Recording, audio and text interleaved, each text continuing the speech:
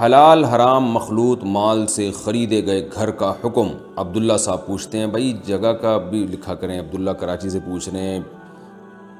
یا مریخ سے پوچھ رہے ہیں، کوئی وجہ یعنی لوکیشن بھی ہونی چاہیے۔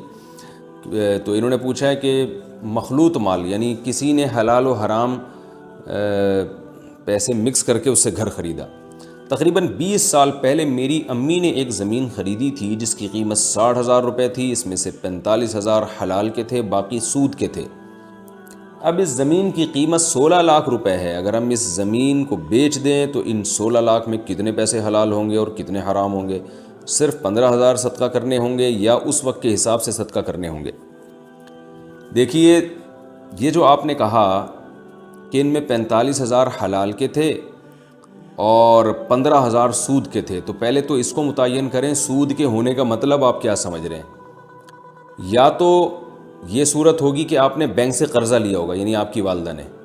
16,000 روپے قرضہ لے کے 45,000 میں مرج کر کے پلاٹ خریدا۔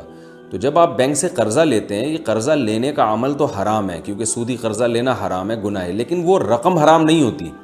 تو اس کو یہ نہیں کہا جائے گا کہ حلال اور حرام رقم ملا کے پلاٹ خریدا ہے یا مکان خریدا ہے، یہ نہیں کہا جائے گا، بلکہ یہی کہا جائے گا حلال پیسوں سے خریدا ہے، لیکن بینک سے جو ایگریمنٹ کیا ہے وہ حرام کیا ہے۔ سود لینا بھی گناہ، سود دینا بھی گناہ، سودی ایگریمنٹ کرنا، سود پہ گواہ بننا، یہ سب حرام ناجائز ہے، تو وہ رقم حرام نہیں ہو جاتی، تو اس پلاٹ کو یا اس گھر کو حرام نہیں کہا جائے گا۔ اور اگر ایسا کیا ہے کہ آپ نے کسی کو یعنی آپ کی والدہ نے بینک میں پیسے رکھوا کے 16,000 روپے سود لیا تھا، یعنی بینک نے سود کی مد میں ان کو جو 16,000 کی رقم دی ہے، تو پھر یہ جو سود کی رقم ہے یہ یقیناً حرام ہے۔ اور یعنی ایک تو ہوتا ہے نا سودی قرضہ لینا، اور ایک ہوتا ہے بینک کو قرضہ دے کے یعنی بینک میں ڈپازٹ کروا کے اس پہ سود لینا،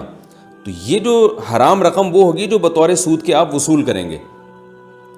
تو اس حرام رقم سے اگر والدہ نے پلاٹ خریدا ہے تو پھر اس میں 45,000 اور 15,000 میں جو ریشو ہے، اس ریشو کے حساب سے آپ نے کی والدہ نے جو پلاٹ خریدا وہ اس میں وہ حرام رقم شامل ہو گئی۔ جب حرام رقم حلال سے ملا کے کوئی چیز خریدی جاتی ہے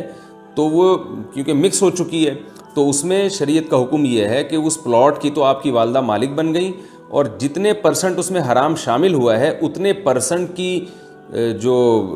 قیمت ہے ان کے اوپر صدقہ کرنا واجب ہو گئی۔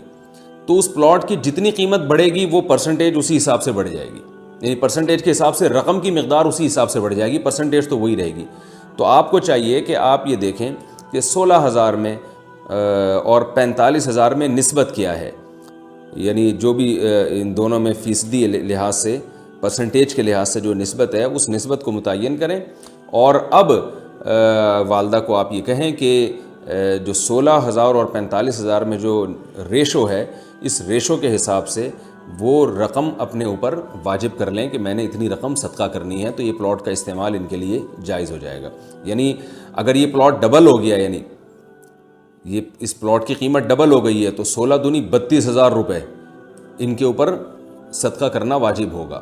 اگر یہ 4 گنا بڑھ گئی ہے تو 32 کا دگنا ہوتا ہے 64,000 روپے، تو 64,000 روپے ان پر صدقہ کرنا واجب ہو جائے گا۔ اور جب یہ التزام کر لیں اپنے اوپر صدقہ کرنے کا کہ یہ 64,000 میں نے صدقہ کرنے اور تھوڑا تھوڑا صدقہ کرنا اس کو شروع کر دیں، یکمشت کر لیں تو اور اچھی بات ہے، تو اس پلاٹ کا یہ اس گھر کا استعمال ان کے لیے جائز ہو جائے گا۔ اور توبہ استغفار بھی بہرحال لازم ہے کہ ایک ناجائز پیسوں کو استعمال کیوں کیا۔